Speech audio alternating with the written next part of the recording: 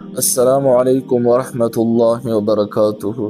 ناظرین، حال ہی میں ایران کی سپریم لیڈر آیت اللہ خامنہ صاحب پر امریکہ اور اسرائیل کی طرف سے حملہ کیا گیا۔ اس حملے کے بعد مسلمانوں کے اندر ایک نئے بحث شروع ہو گئے ہیں، اور وہ یہ ہے کہ کیا آیت اللہ خامنہ صاحب کو شہید کہا جا سکتا ہے یا نہیں۔ اس کے ساتھ ایک اور سوال بھی اٹھایا جا رہا ہے کہ کیا شیعہ مسلمان ہے یا نہیں، اور کیا ہم ان کے لیے دعائے مغفرت یا کلمات خیر کہہ سکتے ہیں یا نہیں۔ اس حوالے سے ایک عالم دین کی طرف سے ایک فتویٰ نقل کیا ہے، جس میں بتایا گیا ہے کہ شیعہ کے مختلف فرقے ہیں، یعنی شیعوں کے اندر بھی کئی فرقے پائے جاتے ہیں، اور ہر فرقے کے عقائد اور نظریات ایک دوسرے سے مختلف ہوتے ہیں، اس لیے تمام شیعوں کو ایک ہی حکم دینا درست نہیں ہے۔ فتویٰ میں لکھا گیا ہے کہ ہر شیعہ کو کافر نہیں کہا جا سکتا، بلکہ اس میں تفصیل ہے، یعنی دیکھنا ہوگا کہ کس شخص کی عقائد کیا ہے۔ مثلا اگر کوئی شخص یہ عقیدہ رکھتا ہو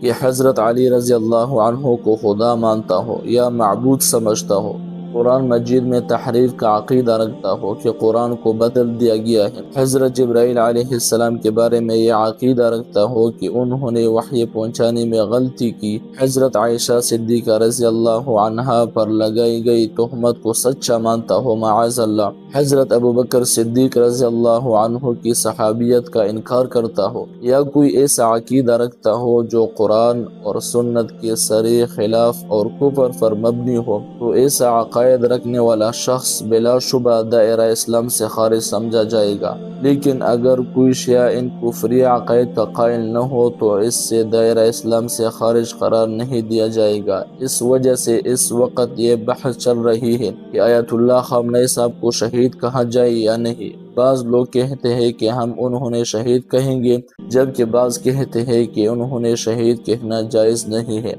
اصل بات یہ ہے کہ اگر کوئی کہنا چاہتا ہے تو کہہ دے، اور اگر کوئی نہیں کہنا چاہتا تو خاموش رہنا بہتر ہے۔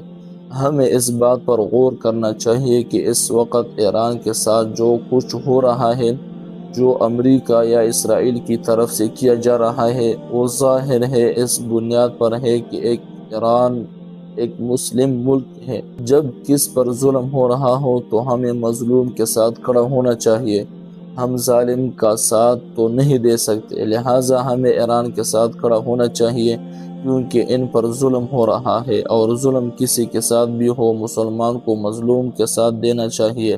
باقی یہ بحث کہ کون شہید ہے اور کون نہیں، اس میں زیادہ پڑھنے کی ضرورت نہیں۔ یہ فیصلہ تو اللہ تعالیٰ ہی بہتر جانتا ہے۔ آخرت میں ہی معلوم ہوگا کہ کس کو شہادت کا درجہ ملے گا اور کس کو نہیں۔ ہمیں آپس میں لڑائی جھگڑے اور فرقہ واریت کو بڑھانے کی ضرورت نہیں، اسی طرح ہم مزید اختلافات اور نفرتیں پیدا کرتی ہیں، جو کہ درست نہیں۔